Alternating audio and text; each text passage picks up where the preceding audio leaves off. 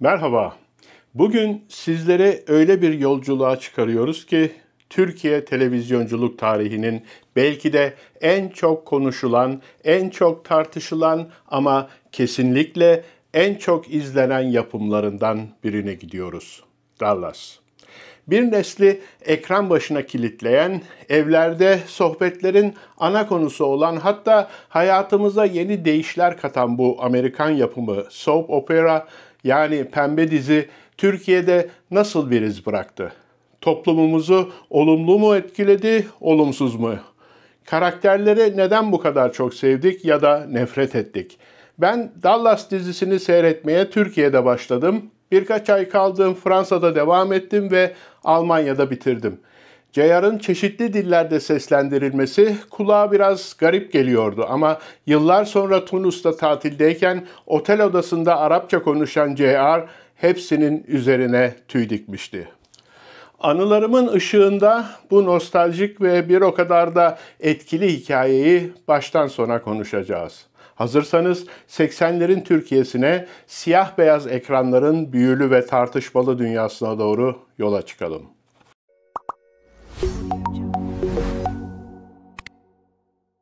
Türkiye'de televizyonculuk yeni başladığı yıllarda sadece bir tek kanal vardı, TRT. Siyah beyaz ekranlardan yayınlanan içeriklerin toplumsal etkisi bugün bile hala konuşuluyor. İşte bu dönemin ortasında 1970'lerin sonu ve 1980'lerin başında Türk halkı televizyon ekranlarında ilk defa Dallas gibi bir diziyle karşılaştı.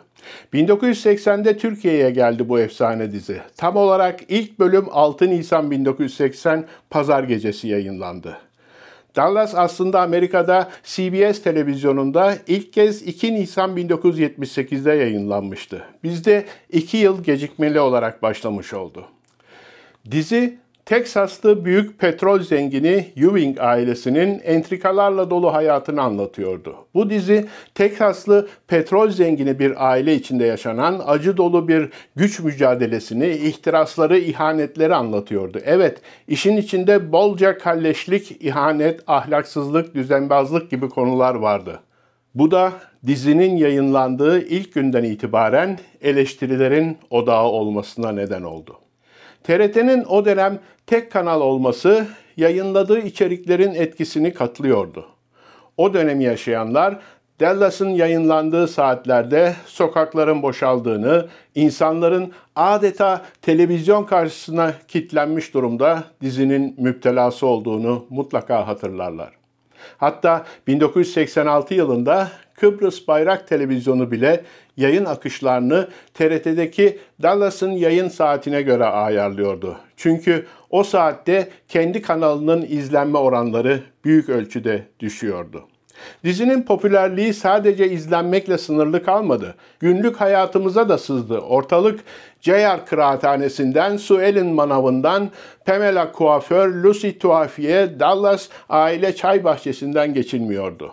Southport çiftliğiyle yatıp Ewing Petrol ile kalkıyorduk resmen. O yıllarda TRT'nin haber bültenleri genellikle siyasi ve toplumsal olayları oldukça ciddi ve asık suratlı biçimde aktarıyordu. Şimdiki gibi ünlülerin dedikodusu, magazin, komik videolar falan yoktu ama Dallas öyle bir fenomendi ki JR'ı kimin vurduğu belli olduğunda TRT'de haber bile olmuştu. Bu da dizinin toplumsal etkisinin ne kadar derin olduğunu gösteriyor. Daha birkaç yıl önce Kaynanalar gibi yerli dizilerin saf ve masum maceralarıyla eğlenirken bir anda Teksaslı zenginlerin entrikalarıyla tanışmak, 80'leri dibine kadar yaşamak gibiydi. Dallas tam 14 yıl boyunca 79'dan 1993'e kadar TRT ekranlarında izleyicileri kendine bağladı. Toplam 357 bölüm yayınlandı. Hatta Guinness Rekorlar kitabına en çok izlenen televizyon dizisi olarak girdiğini de belirtelim. Peki bu dizi neden bu kadar etkili oldu? Ewing ailesinin dünyasına biraz daha yakından bakalım. Ailenin reisi otoriter ve baskın baba Jock Ewing idi. Sakin görünen ama güçlü ve etkili annemiz Ellie ve tabii ki kardeşler. En başta hırslı, dalavereci, basbayağı kötü büyük oğul J.R. Ewing. Dallas sanki Ewing ailesinin büyük oğlu olan J.R.'ın sinsi gülüşüyle özdeşleşmişti. J.R. sonsuz paranoya içinde Ewing petrolü kendisinden başkasının ele geçirmesinden deli gibi korkan bir adamdı. Şirketteki kontrolünü sağlamak için her türlü kötülüğü yapıyordu. Manipülatif, entrikacı ve vicdansızdı. Annesi Bayan Ellie ve babası Jock ondan çok çekmişlerdi. J.R.'ın bir de kıvırcık saçlı kardeşi vardı. Hep duygularıyla hareket eden fazla iyi kalpli küçük oğul Bobby. J.R.'ın karısı Sue Ellen ise bunalımlı ve alkolikti. Bobby de düşman Barnes ailesinin kızı Pamela ile evliydi.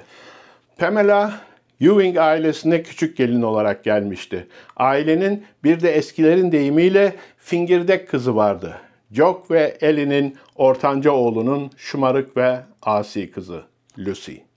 Düşman Barnes ailesini temsilen ise Cliff Barnes vardı. Jock'un eski ortağı Digger Barnes'ın oğluydu ve Ewing ailesinin sonunu getirmeye kararlıydı. Ayrıca Jock'un gayrimeşru oğlu Ray Krebs de hikayeyi karıştırıyordu. Dizide bolca aldatma, yasak ilişki, eski sevgili, yeni sevgili, gayrimeşru çocuk gibi temalar vardı. Neresinden bakarsanız tam bir entrika şöleniydi. Ama Dallas'ın en büyük kozlarından biri cliffhanger denilen yöntemdi. Her bölüm bir soru işaretiyle bitiyor, bir sonraki bölüm için merak uyandırıyordu. Zenginlik, ihtişam, son moda kıyafetler, güzel kadınlar, yakışıklı erkekler zaten her zaman para ederdi ve nitekim etti de. Gelelim dizinin Türkiye toplumu üzerindeki etkilerine. Bu konu oldukça tartışmalı. Birçok eleştirmen Dallas'ın Türk toplumunun ahlaki yapısında derin izler bıraktığını öne sürdü. TRT'nin tek kanal olduğu dönemde milli ve manevi değerlerle bağdaşmayan böyle bir yapımı halka sunması sorgulandı. TRT'nin toplumsal sorumluluğu gereği daha seçici olması gerektiğini savunanlar, dizinin halkın ahlak anlayışında bozulmalara yol açtığını iddia ettiler.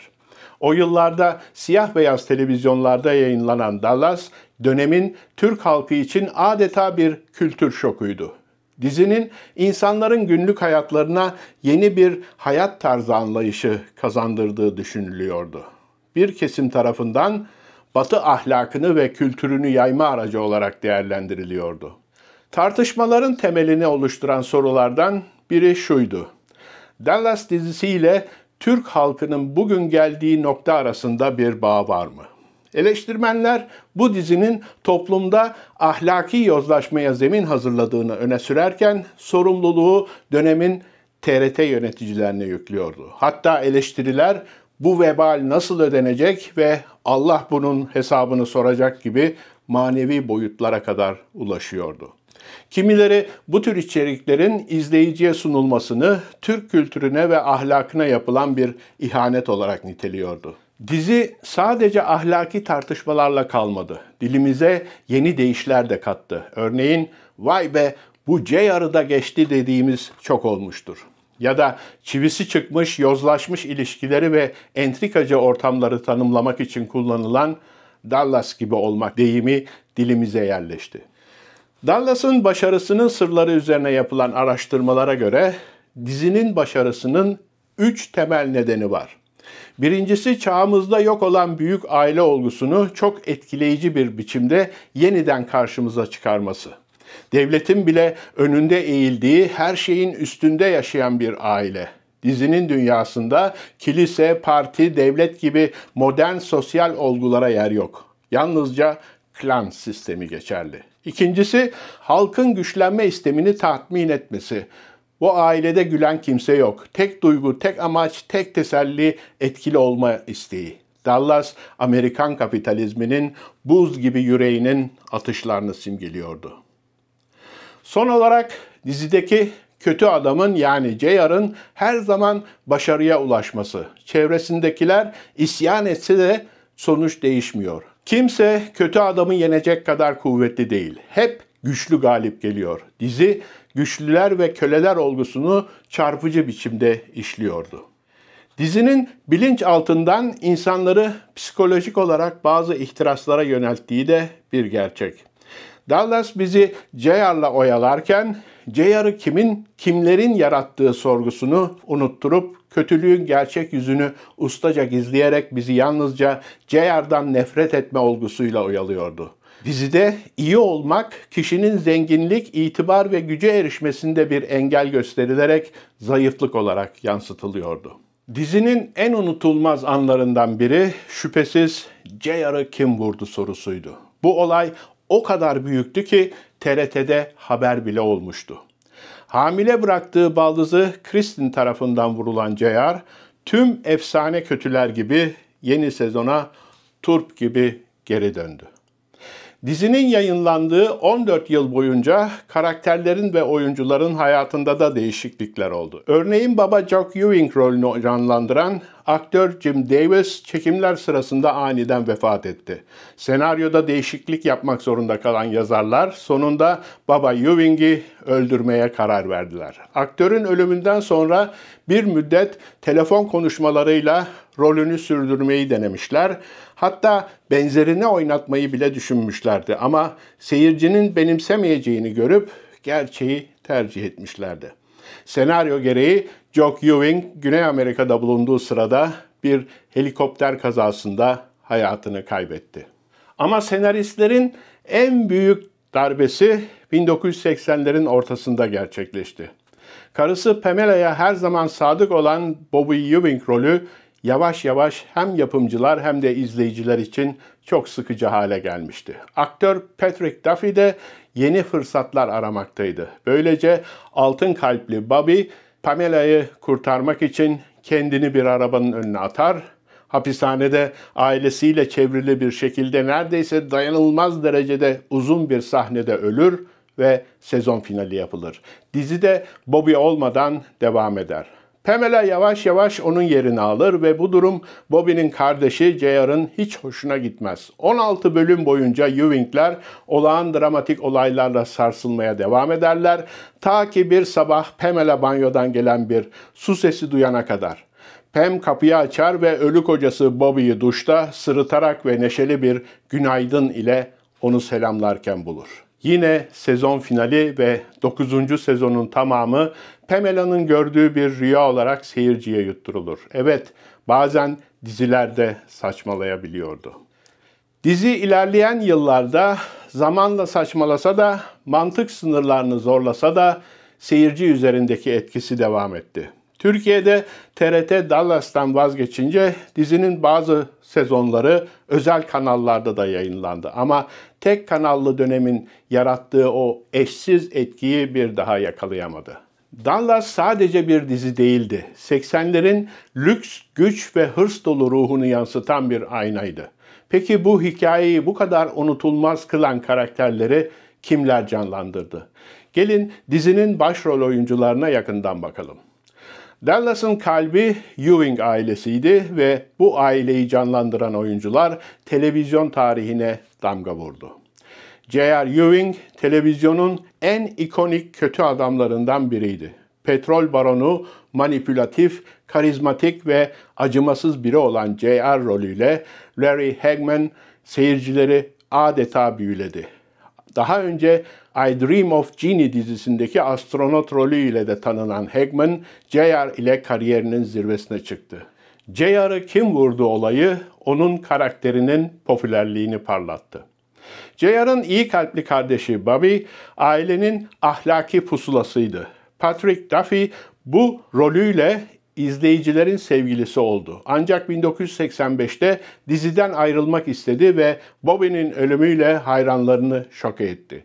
Reytingler düşünce Bobby tekrar diziye geri döndü. Bu hamle hem eleştirildi hem de dizi tarihine geçti. JR'ın uzun süredir acı çeken, alkolizmle mücadele eden eşi Sue Ellen, Linda Gray'in muhteşem performansıyla unutulmaz oldu. Gray, karakterine derinlik katarak izleyicilerin empati kurmasını sağladı. Sue Ellen'ın bağımlılıkla mücadelesi dönemin kadın izleyicileri için güçlü bir yankı uyandırdı. Bobby'nin eşi Pam, Ewing-Barnes çatışmasının ana merkezindeydi. Victoria Principal bu rolle yıldızlaştı. Ancak 1987'de diziden ayrıldı ve Pam'in dramatik bir kaza sonrası kaybolmasıyla hikaye kapandı. Principal daha sonra iş dünyasına atıldı. Ewing ailesinin sevgi dolu annesi Miss Ellie, Barbara Bell Geddes' sıcak performansıyla hayat buldu. Miss Ellie ailenin çimentosuydu ve Belle Geddes bu rolle 1980'de Emmy ödülünü kazandı. Ailenin babası Jock, western filmlerinden tanıdığımız Jim Davis tarafından canlandırıldı. Sert ama adil bir baba figürü olan Jock, diziye ağırlık kattı. Ne yazık ki Davis 1981'de kanserden hayatını kaybetti ve karakteri de diziden çıkarıldı. Ewing'lerin ezeli rakibi Cliff Barnes, Ken Kirchable'ın enerjik performansıyla izleyicilerin hem sevdiği hem de nefret ettiği bir karakterdi. Kirchable, Hageman'la birlikte dizinin tüm bölümlerinde yer alan tek oyuncuydu. Ailenin asi torunu Lucy, Charlton Tilton'ın enerjisiyle parladı. Genç izleyicilerin favorisi olan Lucy, entrikalara sıkça karışıyordu. Tilton, setteki bazı deneyimleri korkunç olarak nitelese de hayranlarıyla bağını hiç kopartmadı. Bu oyuncular Dallas'ı bir fenomen haline getirdiler. Peki bu efsane kadro şimdi nerede? Maalesef Dallas kadrosunun bazı üyeleri artık aramızda değiller. Larry Hagman 2012'de lösemi ile mücadele ederken hayatını kaybetti. Ölmeden önce 2012'de Dallas yeniden çekilirken JR'ı tekrar canlandırdı. Hagman'ın külleri Southport çiftliğine serpildi. Barbara Bell Geddes 2005'te akciğer kanserinden vefat etti. Oyunculuğu 1990'da bırakan Bell Geddes son yıllarını sakin bir şekilde geçirdi. Jim Davis 1981'de dizinin 4. sezonunda hayatını kaybetti. Ken Kirchable 2019'da akciğer kanserinden vefat etti. Ölümüne kadar tiyatroda ve küçük rollerde çalışmaya devam etti. Hala aramızda olan isimlerse farklı yollar seçtiler. Patrick Duffy 81 yaşında ve oyunculuğa devam ediyor. The Bold and the Beautiful gibi dizilerde rol aldı ve 2022'de kısa bir geri dönüş yaptı. Halen Oregon'daki çiftliğinde huzurlu ve sakin bir hayat sürüyor. 84 yaşındaki Linda Gray hala tiyatro ve televizyonda aktif. The Graduate gibi Broadway yapımlarında oynadı ve ayrıca Birleşmiş Milletler için iyi niyet elçisi olarak çalışıyor. O yıllarda ekibin en genci olan Charlton Tilton bugün 66 yaşında. Dallas'tan sonra küçük rollerde ve reality şovlarda ekrana çıktı. Otizm farkındalığı için çalışıyor ve hayranlarıyla buluşmalara katılıyor. 75 yaşında olan Victoria Principal oyunculuğu bırakıp girişimciliğe yöneldi. Principal Secret adında bir cilt bakım markası kurdu ve ayrıca hayvan hakları için çalışıyor. Görüldüğü gibi Dallas sadece bir televizyon dizisi olmanın çok ötesindeydi. Türkiye'de televizyonculuk tarihinin önemli bir parçası haline geldi. Toplumsal yapılar üzerindeki etkileri hala tartışılsa da bir dönemin en çok izlenen yapımı olduğu gerçeği değişmiyor. Dallas, 80'lerin Türkiye'si için bir yandan kültür şoku yaşatırken bir yandan da baskıdan bunalmış hayatlara renkli ve entrika dolu bir kaçış sundu. Dilimize yerleşen deyişleriyle, ahlaki yozlaşma tartışmalarıyla, unutulmaz karakterleriyle Dallas, Türkiye'nin televizyon hafızasındaki yerini sağlamlaştırdı. Şimdi siyah beyaz ekranlardan uzakta dijital platformlara yönelmiş olsak da geçmişte yaşanan bu tartışmalardan ders çıkartmalı mıyız? Orası da ayrı bir konu. İşte o dönemden hafızamda kalanların ve internet üzerinden yaptığım araştırmaların ışığında Dallas'ın Türkiye serüvenini sizlere anlatmaya çalıştım. Umarım bu nostaljik yolculuktan keyif almışsınızdır. Siz de Dallas dizisini izler miydiniz? En sevdiğiniz ya da nefret ettiğiniz karakter hangisiydi? Dizinin sizin üzerinizde ya da toplumumuz üzerinde ne gibi etkileri olduğunu düşünüyorsunuz? Yorumlarda bizimle paylaşmayı unutmayın. Eğer bu videoyu beğendiyseniz like atmayı ve kanalımıza abone olmayı lütfen ihmal etmeyin. Bir sonraki videoda görüşmek üzere, hoşça kalın.